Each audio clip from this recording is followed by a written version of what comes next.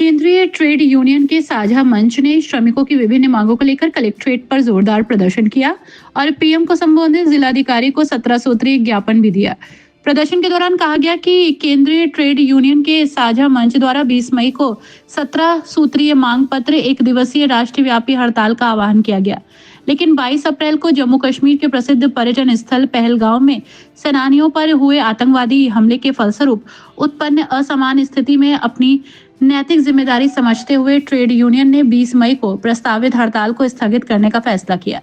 लेकिन देखने में आ रहा है कि विभिन्न सरकारें इन परिस्थितियों में भी श्रमिक वर्ग विरोधी प्रावधानों को लागू करने में सक्रिय है। इस स्थिति से केंद्रीय ट्रेड यूनियन ने आगामी 9 जुलाई को एक दिवसीय राष्ट्रीय हड़ताल का बिगुल बजाया। प्रदर्शनकारियों को संबोधित करते हुए वरिष्ठ श्रमिक नेता विजय सिंह ने कहा,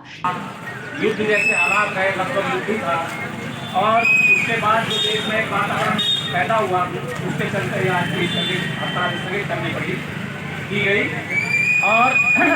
ये हड़ताल 9 जुलाई को होगी। हम लोगों ने सोचा था कि ये जो असाधारण स्थिति देश में असामान्य स्थिति पैदा हुई है, तो सरकार भी इस स्थिति में मजदूरों के साथ जो असाधारण असामान्य गतिविधियां चला रही है मजदूरों के खिलाफ, उन पर शायद रोक लगाए, लेकिन ऐसा नहीं हुआ। जैसा हमने देखा कि कोरोना के समय में भी कहा था कि आपदा में अवसर, तो अभी भी वर्तमान समय में भी वो आपदा में अवसर के तरह इस्तेमाल करके तमाम राज्य सरकारें, तमाम सरकारें वो जो श्रम विरोधी कानून है, मजदूर विरोधी कानून है, उनको लागू करने में आपदा है। इसलिए आज हम लोग ये यहाँ बताने आए हैं कि सरकार ये जो श्रम माने मजदूर वर्ग विरोधी सारी गतिविधियां हैं, इन पर रोक लगाए और जो हमारा 17 सूत्रीय मांग पत्र दिया हुआ है, उस पर सरकार बनाना है और यहाँ के पूंजीपतियों को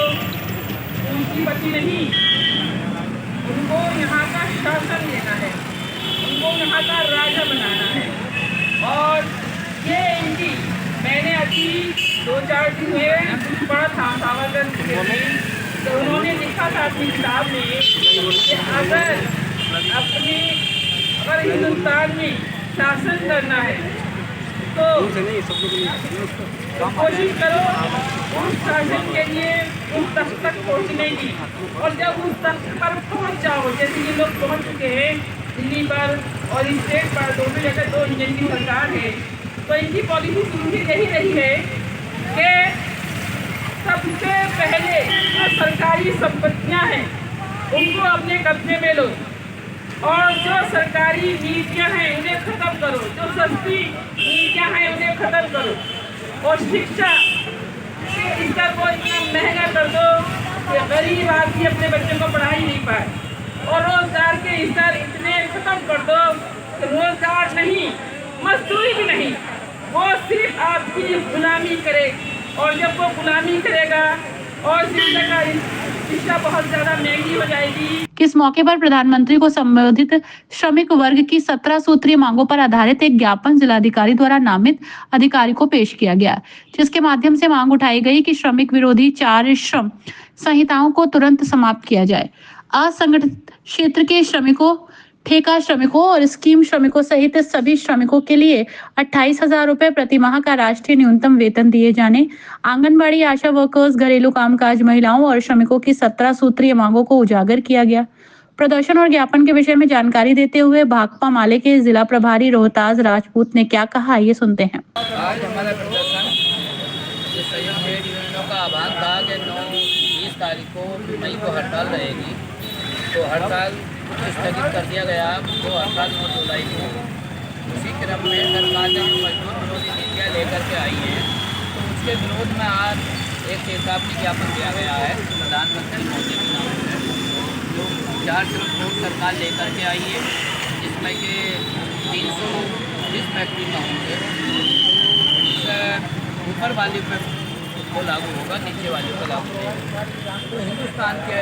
में जितनी भी फैक्ट्रियाँ अधिकांश 300 से कम की लेवल उनके पास है, तो ये मजदूरों का इसमें शोषण होगा, मजदूरों का उत्पीड़न होगा। तो ये 4 श्रम कोड जो सरकार लेकर आई है उसको रद्द करने की मांग है। जो स्कीम वर्कर्स है उनको न्यूनतम वेतन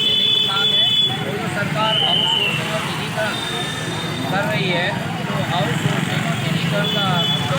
क्या है कि इनको आशा आंगनबाड़ी जो है इनको स्थायी कर्मचारी घोषित किया जाए, राज्य कर्मचारी का दर्जा दिया जाए। इन तमाम मांगों को लेकर के आज हमने प्रदर्शन किया। इस दौरान रंजन नंदा, राजा राम शरीफ अहमद, औरंगजेब जैनब, परवीन निर्मला, नीतू लता सागर, जोगेंद्र सिंह, मिथिलेश कुमारी, भूरी रानी, सैनी, विनोद कुमार, संजीव शुक्ला, मनोज और अफजल बाबू सहित भारी संख्या में श्रमिक मौजूद रहे।